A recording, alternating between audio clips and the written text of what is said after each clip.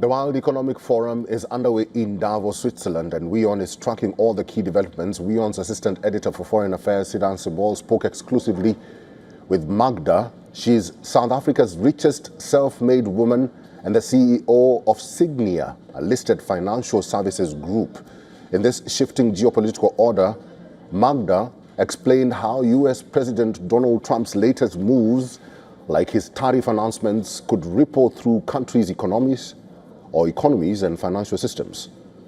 Praising the robust India-South Africa partnership, she highlighted India as a standout nation that's getting it right and offers excellent investment potential.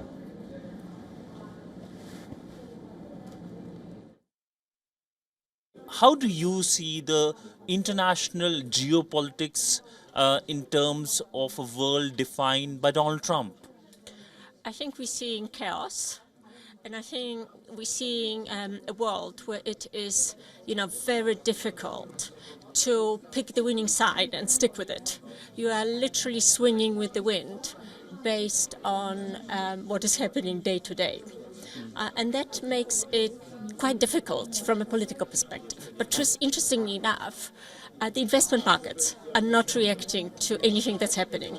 In fact, despite the fact that we're seeing threat on independent institutions like central banks, you are seeing alliances being broken down.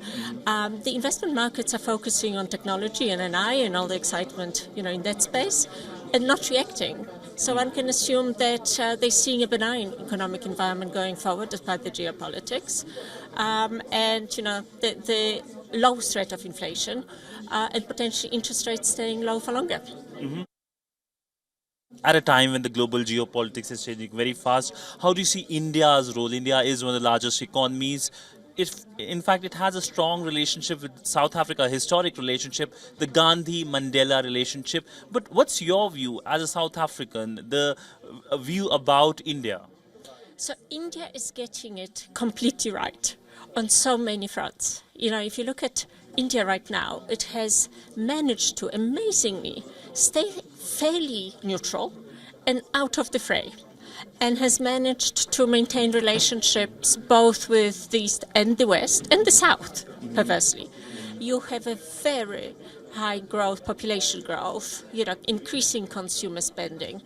There are a lot of opportunities in terms of development, fintech firms entering India, innovation within India. Of course, you have companies, US companies, moving production from China to India, kind of friendshoring.